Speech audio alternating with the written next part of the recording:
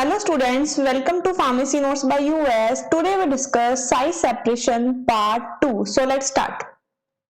तो स्टूडेंट्स अभी तक अपन ने डिस्कस कर लिया है कि जब भी अपन साइज रिड्यूस करेंगे किसी सब्सटेंस का तो उसके बाद किसी भी चीज को सेपरेट करने के लिए यानी कि डिजायर पार्टिकल साइज पाने के लिए अपन साइज सेपरेशन भी करते हैं, जिसके अंदर अपन ने देखा कि डेफिनेशन क्या है साइज सेपरेशन की, कौन कौन से ऑफिशियल स्टैंडर्ड्स अपन पाउडर्स के लिए मानते हैं, जैसे कि course powder, moderately course powder, fine powder, ये होते क्या हैं, यानी कि जब वो मैश से गिरते हैं तो कौन सी मैश से गिरने के बाद उन्हें कौन सी नंबर ऑफ पाउडर कहा जाता है अकॉर्डिंग टू नंबर ऑफ सिव। ये सारी चीजें भी अपन ने देख ली। आज की वीडियो में अपन डिस्कस करेंगे सिव्स के बारे में, यानी कि सिव्स बनी किससे होती हैं, उसके अंदर जो कुछ स्टैंडर्ड्स नॉमेनक्लेचर्स होते हैं, स्टैंडर्ड्स नेम्स होते हैं, स्टैंडर्ड टर्म्स होती हैं, वो सारी क्या हैं, उन सब के बारे में अपन आज डिस्कस करेंगे। सिव की अगर बात करें तो सिव्स होती क्या है? Sieves for test purpose are the subject of British standards. Basically जो सिव्स है टेस्ट पर्पस के लिए यूज की जाती है, ब्रिटिश स्टैंडर्ड्स के अंदर वो दी गई थी। Most of the sieves used are the wire mesh type. The number of sieve indicating the number of mesh, including the length of 25.4 millimeter 1 inch in each direction, parallel to the wires. यानी कि कहने का मतलब ये है कि अपन आज पढ़ रहे हैं सिव के अंदर सिव बनी किससे होती है, और जो सिव नंबर है, मैश साइज है, अपर्चर साइज है, ये सब क्या होता है उसके बारे में अपन डिस्कस करेंगे। तो जो ब्रिटिश फार्माकोपियाज है यानी कि जो ब्रिटिश स्टैंडर्ड्स हैं उनके आधार पे इनकी जो डेफिनेशन है वो दी गई है। तो जैसे कि मैंने इसमें बताया कि जो सिव है वो है क्या, तो basically they are used are the wire mesh type, the number of sieve indicating the mesh including in the length. यानी कि जो नंबर ऑफ सिव है वो क्या है, यानी कि जो आपके सिव है, सिव के अंदर जो मैश है यानी कि जो होल हैं पर लीनियर इंच या पर लीनियर इंच कह दो, या फिर उसके अगर अपन लेंथ देखें इन मिलीमीटर यानी कि 25.4 मिलीमीटर के अंदर कितने होल्स हैं, this is your particular length. यानी कि इस लेंथ के अंदर जितने भी आपके छेद होंगे, this is your sieve number. यानी कि सिव नंबर 10 की अगर मैं बात करूं तो सिव के अंदर पर लीनियर इंच के अंदर यानी कि 25.4 मीटर के अंदर जितने होल्स होंगे उतना आपका सिव नंबर कहलाएगा। अब अगर से 10 वायर्स की बात करें तो होल्स तो 9 ही होंगे, यानी कि 11 वायर में आने वाले 10 छेद is your 10 number sieve. It should be noted that is the number of mesh that is specified and not the number of wires। यानी कि यहाँ पे जो meshes हैं उनको अपन नोट कर रहे हैं, यानी कि 10 छेद को गिन रहे हैं ना कि 10 wires को, right? This is your 10 number sieve। Thus the number of sieve has 10 mesh per inch in each direction, but it will be realized that there is were 10 wires, then would be a 9 mesh only। यानी कि जब अपन 10 number सिव की बात कर रहे हैं तो अपने को 10 मैशेस चाहिए, यानी कि वायर्स यहाँ पे कितने रिक्वायर्ड हो गए 11। वही अगर अपन 10 वायर्स काउंट कर लेंगे तो वहां पे मैश ओनली 9 ही होंगे। तो ये चीज भी कंसिडर की जाती है कि आप 10 नंबर से बोल किसको रहे हो, यानी कि 11 वायर्स के बीच में आने वाले 10 मैशेस यानी कि 10 holes is your 10 number sieve. Okay, जिसके अंदर अपन ने बात किया था कि 10 नंबर सिव है क्या, तो 10 नंबर सिव के अंदर अपन ने बेसिकली पार्टिकल क्या थे, वो कोर्स पार्टिकल्स, यानी कि जो 10 नंबर सिव से पूरे पास हो रहे थे, they are known as coarse powders. फिर करते हैं The simple statement of number of mesh per unit length is not sufficient. However, as the size of particle that will pass the sieve will depend on the other factor, principally the diameter of wire। यानी कि साथ ही साथ ये तो अपने को देख लिया कि भाई उसमें छेद पर यूनिट लेंथ कितना है, बट वो सफिशिएंट नहीं है। पार्टिकल का साइज क्या है वो ऑल्सो डिपेंड करता है कि आपकी जो वायर है उसकी चौड़ाई कितनी है, उसका डायमीटर कितना है, तो उसके आधार पर भी है जो कि कुछ कुछ डेफिनेशंस बनी है। यानी कि बेसिकली सिव्स के अंदर बात करें तो सिव के अंदर सबसे इंपॉर्टेंट क्या है कि भाई जो होल्स हैं उनका साइज क्या है, ठीक है। उसे तो अपन ने सिव नंबर से डिनोट कर दिया कि भाई 1 इंच के अंदर आपके 10 अगर होल्स हैं तो दिस इज 10 नंबर सिव, 44 हैं तो 44 नंबर सिव, 80 हैं तो 80 नंबर सिव, इस तरीके से आप कंक्लूड करोगे। बट उस पर्टिकुलर सिव से कितना छोटा पार्टिकल निकल रहा है वो पार्टिकल साइज आप कैसे काउंट करोगे, उसके लिए ये भी डिपेंड है कि जो वायर है उसका डायमीटर यानी कि चौड़ाई आपको पता हो। अभी चौड़ाई किस तरीके से अपन मेजर करते हैं, उसकी क्या डेफिनेशन है, चलिए देखते हैं। जैसे कि आप देख रहे हैं 10 नंबर मैश में ऑब्वियसली 1 इंच में 10 मैश एंड 10 होल ही हैं। 16 में 16, 20 में उससे ज्यादा, 30 में उससे भी ज्यादा और 16 में उससे भी ज्यादा, यानी कि कंटिन्यू है जो कि होल का साइज छोटा होता जा रहा है और वायर्स हैं जो कि इंक्रीज होते जा रहे हैं। यानी कि fineness of particles also increase when number of sieve number is increases. अब आप करते हैं standard for sieve according to BP, यानी कि बीपी के अकॉर्डिंग कौन कौन से अपन डेफिनेशंस पढ़ सकते हैं सिव्स के। It is required that wire mesh sieve shall made up of wire of uniform circular cross section and for each sieve the following particulars are stated. यानी कि जब भी अपन सिव की बात कर रहे हैं तो अपन कोशिश ये करते हैं कि जो भी मैश है उसके जो वायर्स है वो यूनिफॉर्म हो, यानी कि पर्टिकुलर डिस्टेंस के ऊपर ही उनको जोड़ा गया हो, साथ ही साथ सर्कुलर क्रॉस सेक्शन के अंदर भी हो, ताकि जो एरर्स हैं वो कम से कम आ सके। फिर इसके अंदर कुछ डेफिनेशंस हैं, उन डेफिनेशंस को अपन डिफाइन अगर करें तो उस तरीके से अपन प्रॉपर्ली डिफाइन कर सकते हैं।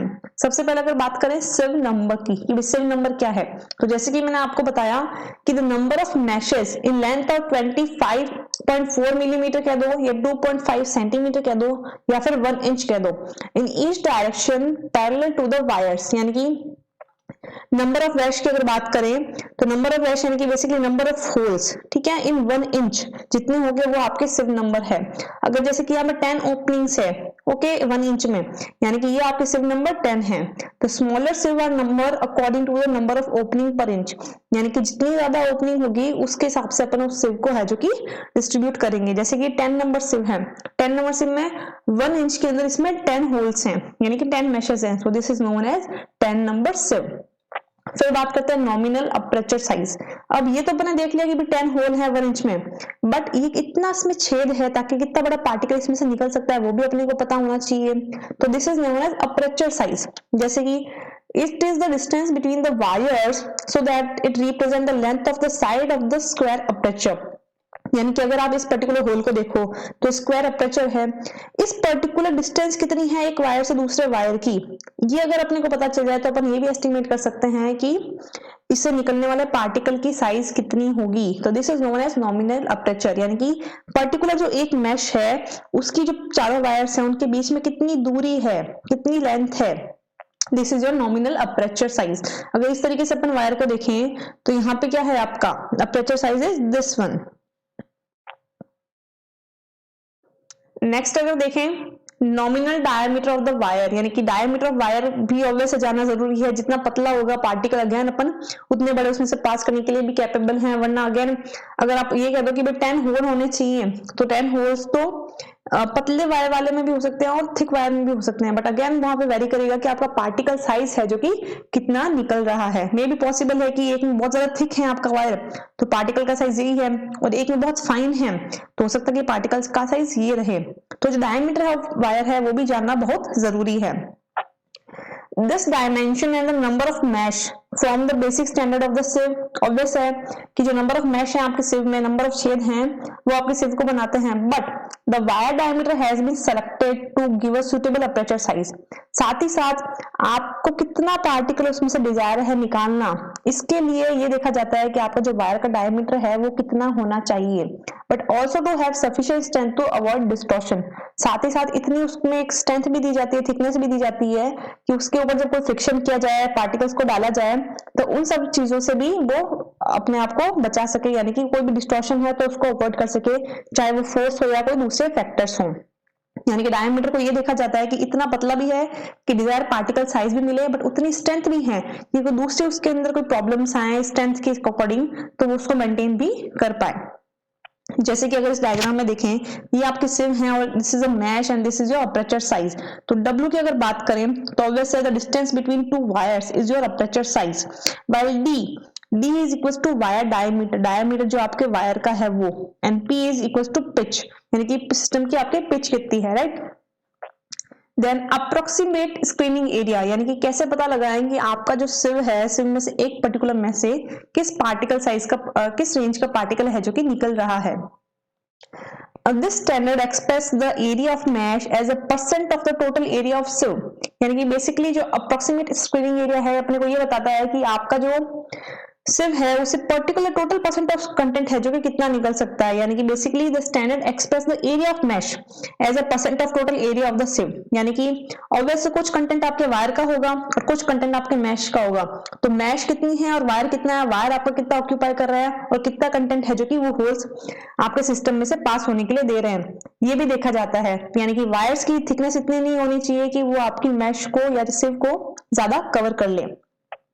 It is governed by the size of wire used for any particular sieve number and it is kept within the range of 30 to 40%।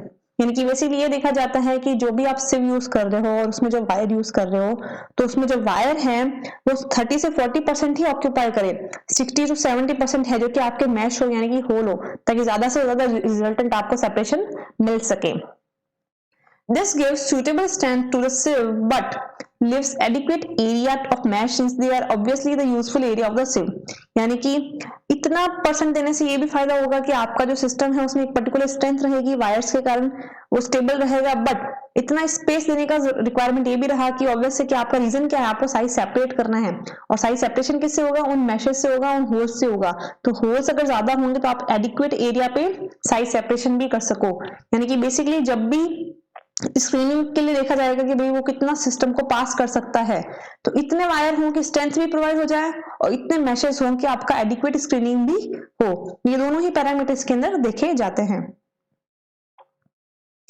Then aperture tolerance average, अब ये क्या है, some variation in the aperture size is unavoidable and this variation expressed as the percentage and is known as aperture tolerance average। Obvious है wire बहुत fine है और जैसे कि अपने अपर्चर का देखा कि एक वायर से दूसरे वायर की डिस्टेंस है, जब आपने उस सिव को क्रिएट किया मे बी उस टाइम पे वो फिक्स थी, बट ड्यू टू जैसे ही आपने उसको सिविंग करना शुरू किया तो उसके ऊपर फोर्स लगा, दूसरे फैक्टर्स लगे, तो मे बी पॉसिबल है कि उसका जो साइज है वो थोड़ा सा है जो कि चेंज हो जाए, राइट, प्रेशर से, क्योंकि वो बहुत पतला है।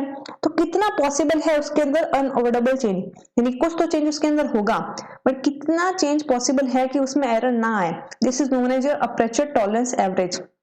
यानी कि जो भी मॉडिफिकेशन हो उस वायर के डिस्टेंस के अंदर ये कितना परसेंट हो सकता है और कितना चलेगा, ताकि आपके सिस्टम में कोई एरर नहीं है, उसको अपन अपर्चर टॉलरेंस एवरेज कहेंगे।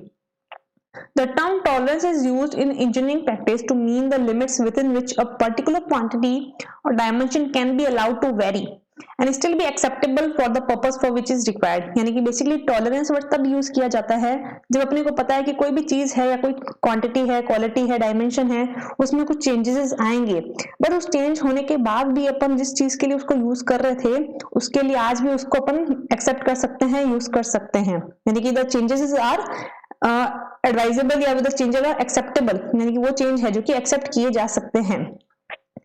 Fine wires are likely to be subject to greater proportion variation in diameter than coarse. Obvious है जितना पतला वायर होगा उसमें उतनी ही ज्यादा वेरिएशन आएगी as compared to the thick wire, but again अपने को पता है कि proportion of mesh and proportion of wire भी अपने को बराबर रखने हैं, ज्यादा चेंज नहीं कर सकते, तो वो चीज भी अपने को ध्यान देनी पड़ती है। प्लस अगर आप स्ट्रेंथ को बढ़ाओगे तो थिकनेस बढ़ेगी, थिकनेस बढ़ेगी तो टॉलरेंस अच्छा होगा, बट टॉलरेंस अगर अच्छा होगा तो अगेन आपका कंटेंट है जो कि कम निकलेगा, क्यों, क्योंकि मैश है जो कि कम हो जाएगी। अगेन इस तरीके से कोशिश की जाती है कि आपकी स्ट्रेंथ भी बरकरार रहे, बट साथ ही साथ जो आपकी वायर्स है या जो कंटेंट है वो भी प्रॉपरली आए। Fine mesh cannot be woven with the same accuracy as coarse meshes, hence the aperture tolerance average is smaller for sieve of 5 to 10 mesh than in the case of 300 mesh। यानी कि obvious है fine meshes की अगर आप बात करेंगे तो fine meshes में वो सेम एक्यूरेसी नहीं आएगी, क्यों, क्योंकि उसके अंदर जो टॉलरेंस है वो वेरी करेगी ज्यादा, वाइल अगर कोर्स मैश की बात करें तो उसमें काफी थिक वायर्स होंगे तो वेरी नहीं करेगी। इसीलिए जो टॉलरेंस फैक्टर है बहुत ही स्मॉल रखा जाता है 5 से 10 के लिए, बट 300 मैश है यानी कि जो स्मॉलर पार्टिकल को पास करने के लिए कैपेबल है उसमें टॉलरेंस है जो कि चेंज हो सकती है, इसलिए उसमें एवरेज भी थोड़ी ज्यादा रखी जाती है। परफोरेटेड प्लेट सिव्स, परफोरेटेड प्लेट सिव्स क्या है उसके बारे में अगर बात करें, sieves may also be made by drilling holes in metal plates so that this type will have circular aperture as against the square aperture of the wire mesh type। यानी कि बेसिकली काफी टाइम ये होता है कि जब आपको कोई सिव तैयार करनी है तो मोस्टली तो आप क्या करते हो, एक वायर को दूसरे वायर से जोड़ते हुए इस तरीके से मैश को तैयार करते हो, बट कुछ कुछ के अंदर क्या होता है कि जो आपके सिव है उसके अंदर होल्स कर दिए जाते हैं, और जब होल करके उस तरीके की सिव्स क्रिएट की जाती है तो उसमें जो अपर्चर है वो आपका स्क्वायर ना होकर सर्कुलर इन शेप रहेगा। In general, these sieves are used in the large size and can be made with greater accuracy than wire mesh sieves। यानी कि बेसिकली ये लार्ज साइजेस की होती हैं, अपन जितना बड़ा बनाना चाहे उतना बना सकते हैं, क्यों, क्योंकि होल है जो कि एक मशीन से फिट किया जाएगा और वो इक्वल है जो कि साइज का रहेगा, राइट। साथ ही साथ एक्यूरेसी भी सही रहेगी, क्यों, क्योंकि आपका जो होल करने वाला सिस्टम है वो एक नाप का है, वायर के अंदर अगेन टॉलरेंस वाली दिक्कत रहती है। As susceptible to distortion well as being less in use। This type is commonly used also as screen in impact mills. साथ ही इस तरीके की जो परफोरेटेड प्लेट सिव्स होती हैं इम्पैक्ट मील्स में यूज की जाती हैं। क्यों? क्योंकि अगेन अपने को उसके अंदर क्या जो टॉलरेंस है वो अपने को अच्छी चाहिए, तो इन चीजों में अपने को टॉलरेंस अच्छी मिलती है, तो इम्पैक्ट टाइप ऑफ मील्स के अंदर इन्हें आसानी से यूज किया जा सकता है। Usually the holes are spaced with their centers arranged at the spaces of equilateral triangles so that all the aperture are equidistant। यानी कि बेसिकली इस तरीके से किया जाता है कि सेंटर में सबसे पहले होल करते हुए इसके अंदर सारा का सारा सिस्टम है जो कि अरेंज किया जाता है ताकि सारे के सारे जो होल्स हैं वो इक्वल डिस्टेंस से हो एक पर्टिकुलर जगह से।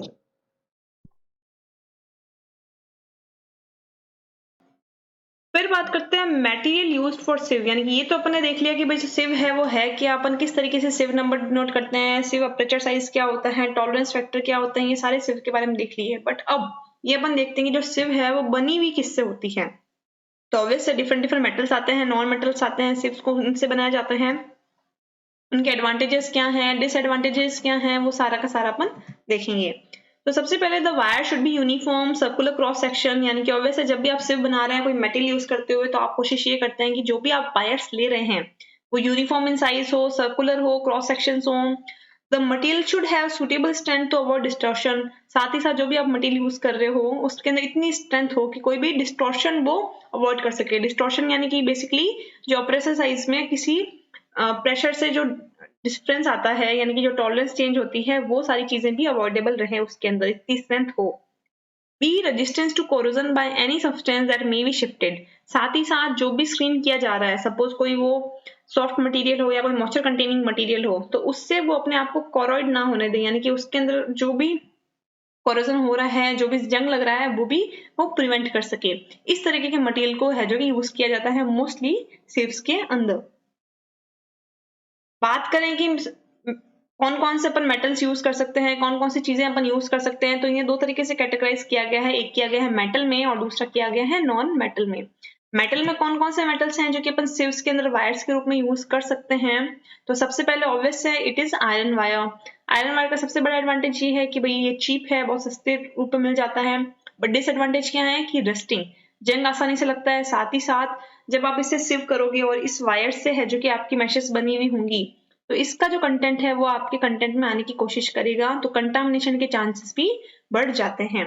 तो ऑब्वियस है आयरन वायर्स हैं जो कि यूज किए जाते हैं according to their cheapness. But जब भी कोई ऐसी ड्रग यूज की जाती है जहाँ पे आपका आयरन कंटामिनेट कर सकता है उस प्रोडक्ट को, तो वहां पे इस तरीके के सिव्स को अवॉइड किया जाता है। Then coated iron. Coated iron में बेसिकली जो आयरन है उसको कोट कर दिया जाता है using zinc, and this process is known as galvanizing और टाइनिंग प्रोसेस, ताकि जो आपका सिस्टम है वो कोरोजन ना हो, उसमें जंग कम से कम लगे। अब ऑब्वियसली इसके कुछ एडवांटेजेस होंगे जो कि नॉर्मल आयरन में नहीं थे। क्या? It increase the protection against corrosion, यानी कि जो कोरोजन है उससे अगेंस्ट ये प्रोटेक्ट करेगा। साथ ही साथ इंक्रीज द स्ट्रेंथ, यानी कि जो स्ट्रेंथ है उसको भी इंक्रीज करेगा। डिसएडवांटेज की अगर बात करें तो coating after manufacturing lead to some variation in the mesh size. यानी कि कोट अगर आप कर देंगे तो जो मैश साइज है उसमें कुछ वेरिएशन होगी। ऑब्वियस है, क्यों? क्योंकि थिकनेस है जो कि आपके सिस्टम की बढ़ेगी, और अगर थिकनेस बढ़ेगी तो मैश साइज है वो भी चेंज हो सकती है। तो बेसिकली जो कोटेड आयरन है उसको वो गैल्वेनाइज्ड कोटेड आयरन है। क्यों? क्योंकि उसके ऊपर मेल्टेड जिंक है जो कि उसका ओवरलेप कर दिया जाता है ताकि उसके ऊपर जो जंग है वो कम से कम लगे। Then copper have obviously some advantages over iron. First advantage is to avoiding the risk of iron contamination, क्योंकि बहुत सारे जो ड्रग्स हैं उसमें आयरन कंटामिनेशन के रिस्क रहते हैं, तो इसलिए यहाँ पे कॉपर के वायर्स यूज किए जाते हैं ताकि जो आयरन कंटामिनेशन है उसे प्रोटेक्ट किया जा सके। Then disadvantages are as a soft metal mesh can be distorted easily, क्योंकि जो कॉपर है वो काफी सॉफ्ट है, डेलिकेट होता है, आसानी से इसको मोड़ा जा सकता है, डिस्टॉर्ट किया जा सकता है। तो जैसे ही आपने उसके ऊपर कोई हार्ड चीज सेव की तो आसानी से है जो कि ये अपनी जो सिचुएशन है उससे है जो कि चेंज हो सकते हैं, राइट। यानी कि डिस्टॉर्शन आसानी से हो सकता है, यानी कि जो टॉलरेंस है वो इनकी कम रहती है। फिर बात करते हैं कॉपर अलॉयज। कॉपर अलॉय में बेसिकली उसके अंदर कुछ मिक्स कर दिया जाता है which is bronze and phosphorus bronze. Advantages क्या रहेंगे इसके? They resemble copper in processing, good resistance to corrosion, यानी कि बेसिकली जो कोरोजन है उसे प्रिवेंट करते हैं। साथ ही साथ जब आप ब्रास ऐड कर देते हो कॉपर में तो ये कोई स्ट्रेंथ भी प्रोवाइड करेगा, और अगर स्ट्रेंथ प्रोवाइड करेगा तो अगेन जो डिस्टॉर्शन हो रहा है वो कम से कम होगा। यानी कि basically their strength is greater so that the less risk of the mesh distortion will be occurs. यानी कि when the strength is great, obviously distortion also be less, and if distortion is less, then the content is have in equal size. Stainless steel की बात करें तो again जो content है आपका iron वाला, उसके अंदर कुछ एडिटिव अलॉयज को ऐड किया गया है। मेन रीजन इसका ये होता है so good resistance to corrosion, यानी कि जो कोरोजन है उससे वो प्रिवेंट कर सके, जंग कम से कम लगे। देन एडिक्वेट स्ट्रेंथ भी इसके अंदर आती है क्योंकि डिफरेंट टाइप ऑफ मेटल्स इसके अंदर ऐड कर दिए जाते हैं। The most suitable for pharmaceutical purpose, pharmaceutical purpose में सबसे ज्यादा स्टेनलेस स्टील का ही यूज किया जाता है ताकि बिल्कुल कोई कोरोजन भी ना रहे और कंटामिनेशन भी कम से कम हो। But obviously they have some disadvantages, and disadvantages it is expensive as compared to the previous metals. फिर बात करते हैं नॉन मेटल की। Non metal basically use when all the risk of metallic contamination be avoided, यानी कि जब आपका substance ऐसा है जिसमें किसी भी मेटल कंटामिनेशन को आप नहीं एक्सेप्ट कर सकते, तब you have to use non metal sieves. अब नॉन मेटल सिव्स के अंदर भी कौन कौन सी सिव्स आती हैं, क्या एडवांटेजेस हैं उन सिंथेटिक सिव्स के, सिंथेटिक फाइबर्स के, उसके बारे में बात करते हैं। The use for sieves with fine meshes, since non-metal fibers are stronger than a metal wire of similar thickness, यानी कि बेसिकली जो नॉन मेटल्स हैं यानी कि जो फाइबर्स हैं उनका यूज करने का रीजन यही है कि वो सेम थिकनेस में मेटल की जगह अपने को ज्यादा स्ट्रेंथ है जो कि प्रोवाइड करते हैं, साथ ही साथ जो मेटालिक कंटामिनेशन है उससे भी प्रोटेक्ट करते हैं। The material of the natural origin like hair, silk are used, but the synthetic fibers like nylon, terylene are more suitable. यानी कि बेसिकली वायर्स के रूप में हेयर्स को या फिर सिल्क को यूज किया जाता है, बट उससे भी ज्यादा अगर अपन सुटेबली बात करें तो अपन सिंथेटिक सिस्टम्स को यूज करते हैं लाइक नाइलॉन एंड टरवाइलिन।